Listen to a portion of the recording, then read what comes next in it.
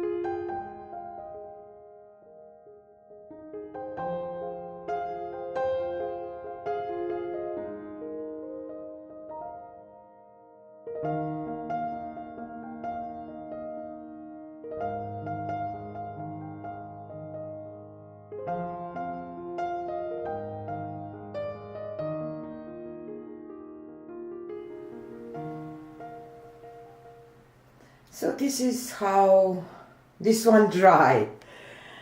I'm not sure what to think about it.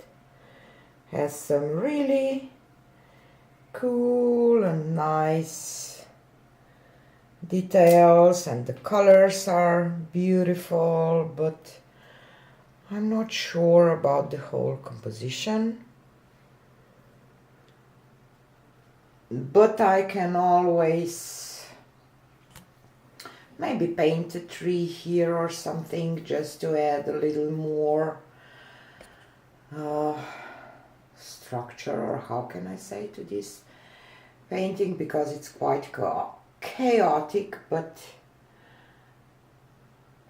kind of like it. I don't know why, but I do. Yeah. So this was it for today. I'm late, way behind with the videos because I spent the whole week with my oldest granddaughter, Mia, not Mina. Mina is my friend, not a granddaughter. So I will do a video today with primary colors and the silicone oil and transparent base to see what this can what will create, and see you again on Wednesday. Bye.